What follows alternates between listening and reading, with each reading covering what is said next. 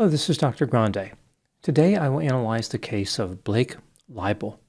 First, I'll look at the background of this case, move to the timeline of the crime, then offer my analysis.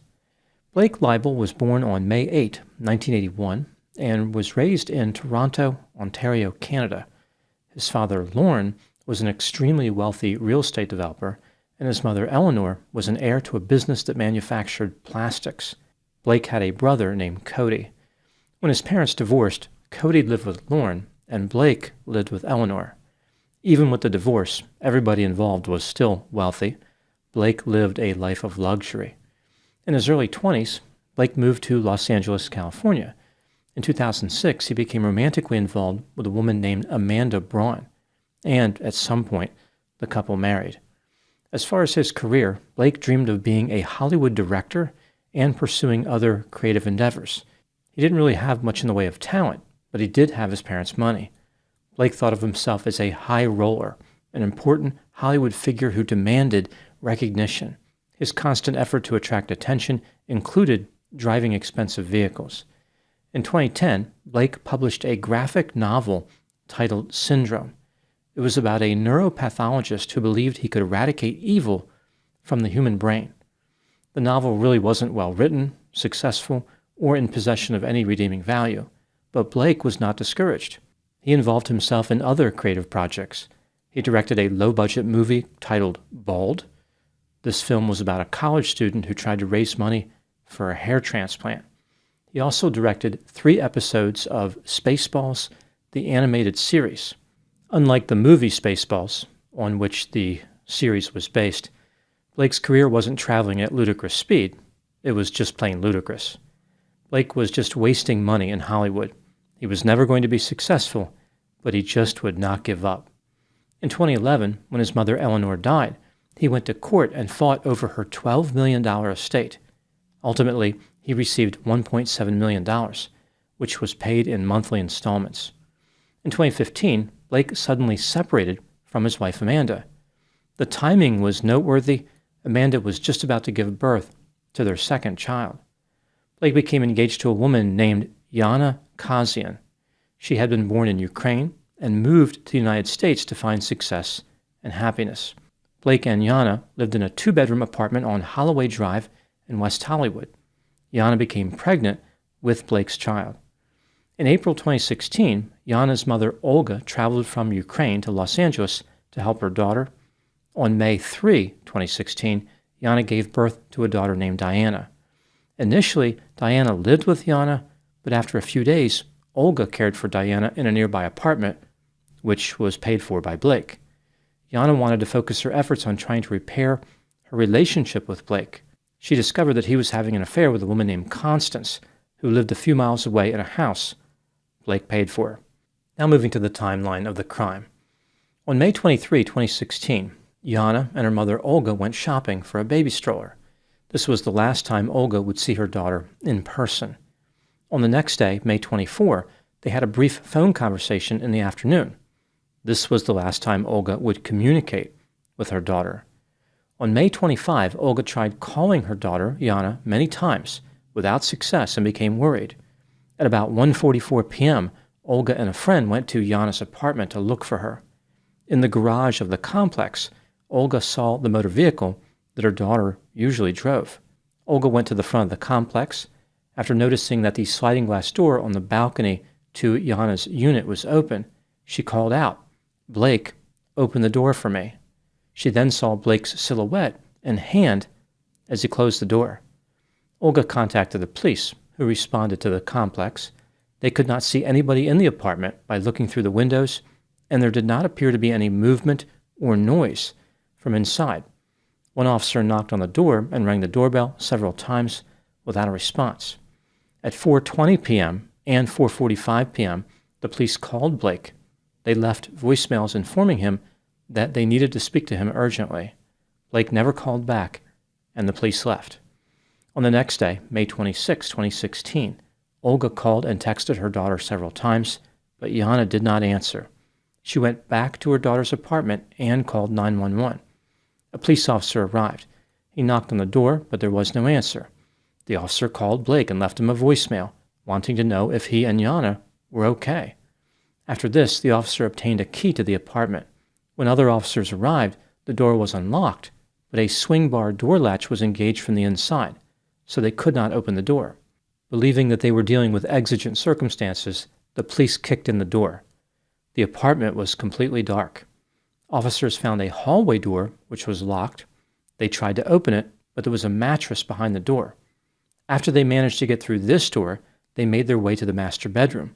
That door was also locked. The police tried to kick in the door, but encountered another mattress serving as a barricade. When they ordered whoever was inside to exit, Blake said that he was not going to come out because he was afraid they would beat him up. The police asked him where his girlfriend was. Blake told them that she was at a hospital. After this, Blake's accountant arrived on the scene and spoke to him. This led to Blake surrendering to the police. I guess he just needed somebody to help him do the math. When the police entered the master bedroom, one of them screamed, "She's on the bed." The officer was referring to Yana. She was on a clean sheet and covered by a red Mickey Mouse blanket. The scene in the master bedroom was horrific. Yana's scalp had been removed.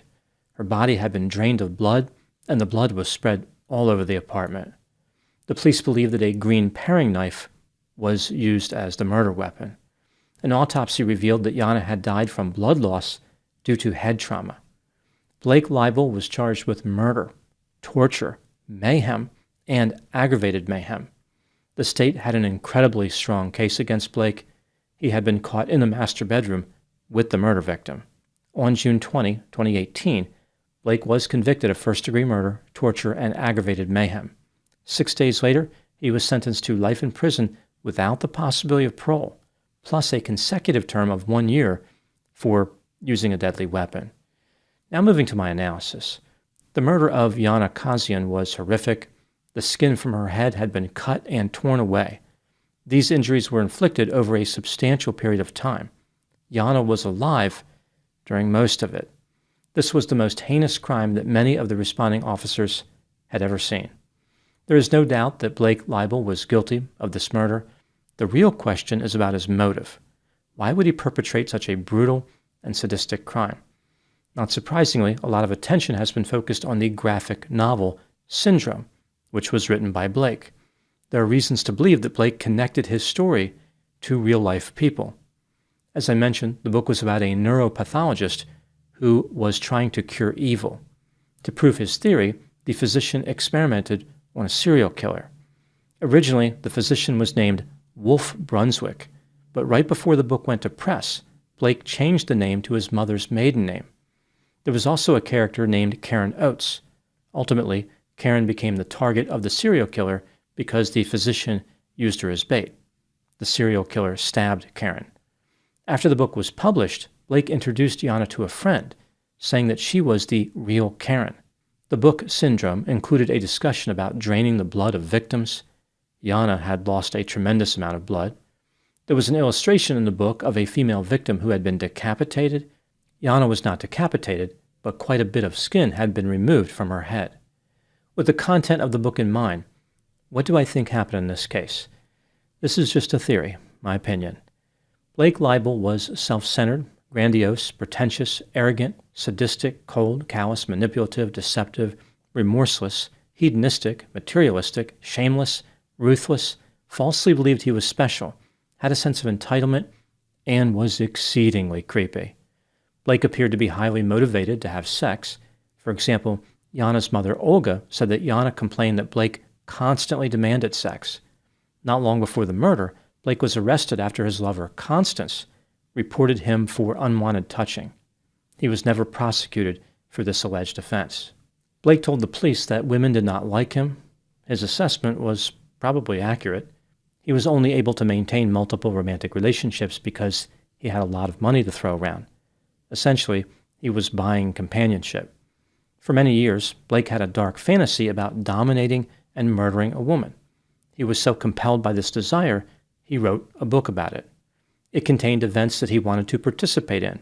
In a sense, he wished this graphic novel was his autobiography. Blake simply couldn't resist memorializing and sharing his feelings and desires.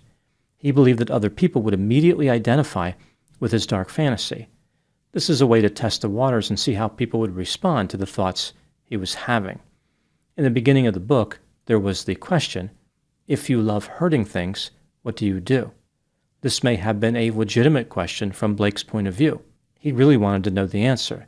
He had this love of hurting things and did not know how to process it. At the end of the book, there was the declaration, in the end, we all become monsters. Maybe this is what Blake needed to believe. He wasn't really alone. His dark fantasy was common. Maybe just about everybody had thought about the same things. Perhaps one reason Blake wrote the book was in the pursuit of encouragement and praise. Even though Blake wanted to share his desires with others, his most significant struggle was internal. The fantasy was Blake's constant companion, always on his mind. Most of the time, he probably dismissed the Grisly murder as something he would never do. But when he was under a lot of stress, the fantasy moved closer to the surface. In that way, it was like an addiction. During these times, Blake had to work diligently to resist acting on his dark desires. Not long before Yana's murder, something happened which caused Blake to get upset with her. There is no way to know what it was, perhaps something to do with his infidelity. The couple had a terrible argument, during which Blake decided to turn his fantasy into a reality. He could no longer resist the pressure. Blake murdered Yana in a sadistic way and made a desperate effort to clean the crime scene. Now moving to my final thoughts. Some may look at this case and say that Blake was a spoiled brat. He had all this money, he wanted to be a big shot. This may have facilitated his commission of the murder. He didn't have to work for anything. He did not respect how hard it was to achieve goals. Everything was just handed to him. It is certainly possible that his wealth was connected to the murder in some way.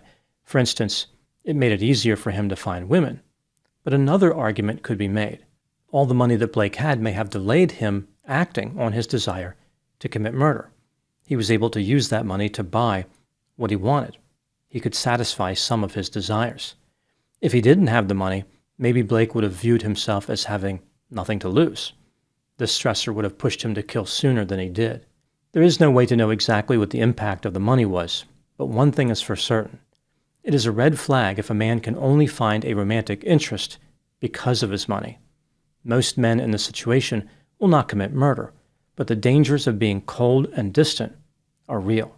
It could indicate that somewhere not far beneath the surface, there are destructive desires just waiting for their chance to be expressed. This case offers a chilling reminder that the cost of extreme personality traits cannot always be measured in dollars. Sometimes it is paid in suffering. Those are my thoughts in the case of Blake Leibel. Thank you so much for watching. I'll talk to you soon.